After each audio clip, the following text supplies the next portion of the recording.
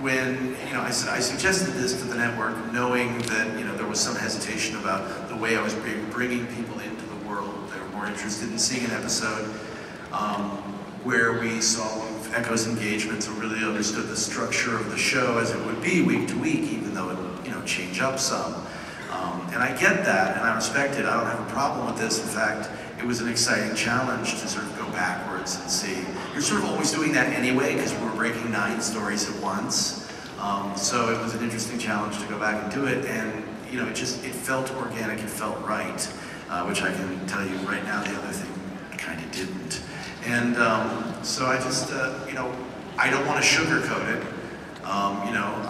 I went in and did some things that were not necessarily right for the network, that I'm shifting around a little bit, but, and that's on me.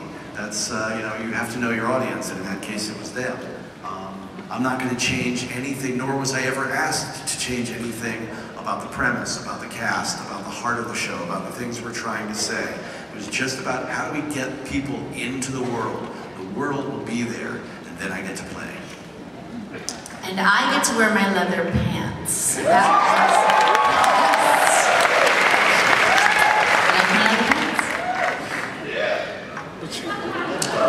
Also, I had made the vital mistake of not giving Tahmoh any shirtless scenes.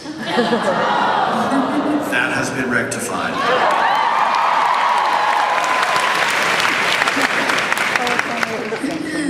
Hi guys. With how fantastic all of your other comic books are going, do you see a future for Dollhouse in comic books? I actually don't. Because the premise doesn't involve something. It's very interesting to see Eliza become all these different people. I don't know how interesting that would be drawn, because it's really about her energy and what she's doing with her body language. It's not, it's not like she's changing outfits. It's there are no spaceships, there are no vampires, and some people are not excited because of that. But I don't think it's a comic book. I realize that CSI has a comic book. I mean, I guess at some point you just get one. but for me, this really belongs where it is, which is on TV, and specifically on Fox. This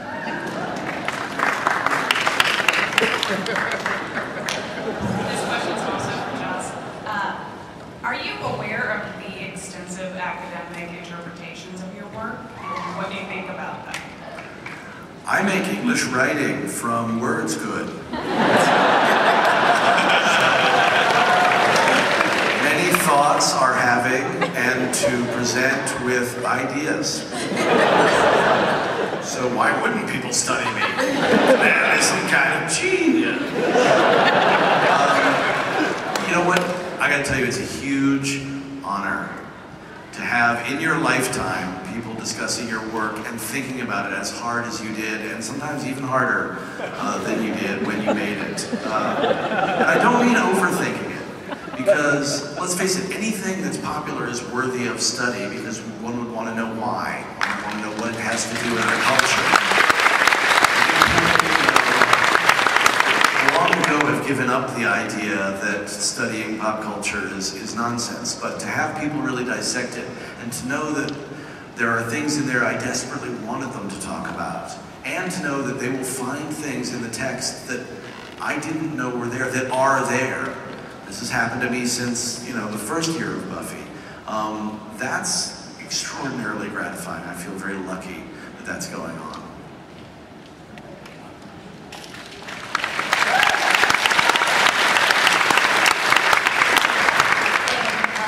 I was wondering if there are going to be supplemental webisodes with Dollhouse available for viewers while we're waiting for the next one?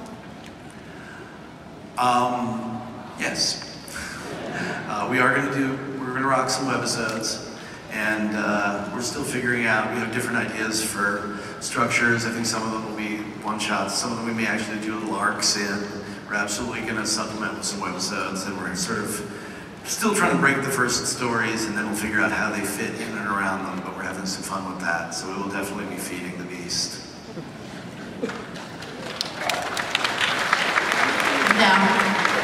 We will make dozens and dozens of dollars.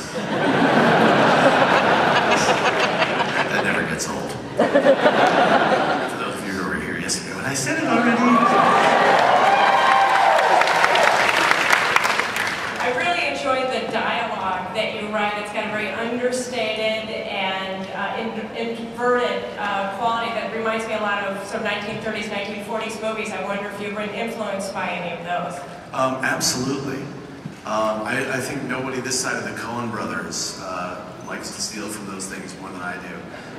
That kind of, rapid fire patois that's really sort of just, it either sounds strange because it did then or because it does now, but it's fascinating, and it's, the love of language in those old movies is just unparalleled, and I adore them. I'm a huge buff of everything pre-50s. So yes, those were definitely a huge influence. And actually, I kind of want to go back to another question really quickly, the one about the academic stuff, because we were talking about the writers, and as you know, I've got Liz Craft and Sarah Fain running my show with me, which is a huge deal, and I've got Steve DeKnight and Tim Minear in the house.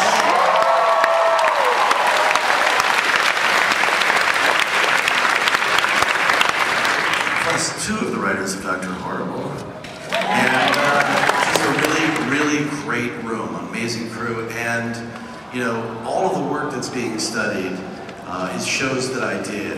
And I think if I have one real talent, it's for finding other people's real talent. So a lot of the things that are being studied aren't mine. They belong to the Jane Espensons, the Marty Knoxons, all the great writers that I've been privileged to work with.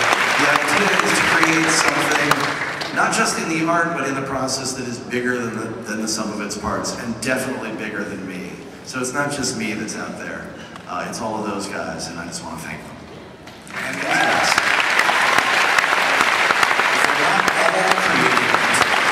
If every person in the process doesn't feel like they're a part of it and isn't bringing something to the party that's new, then it's not worth doing. It can't be about one person. It has to be about the piece, and that's, without them, I'm nothing. Without Shona Turpin, we got no costumes. Without all the great people who make it. So I just want to say that it ain't all about me, even though it is to me. You're the best cruise ship director ever. I'm Captain Stubing with slightly more hair.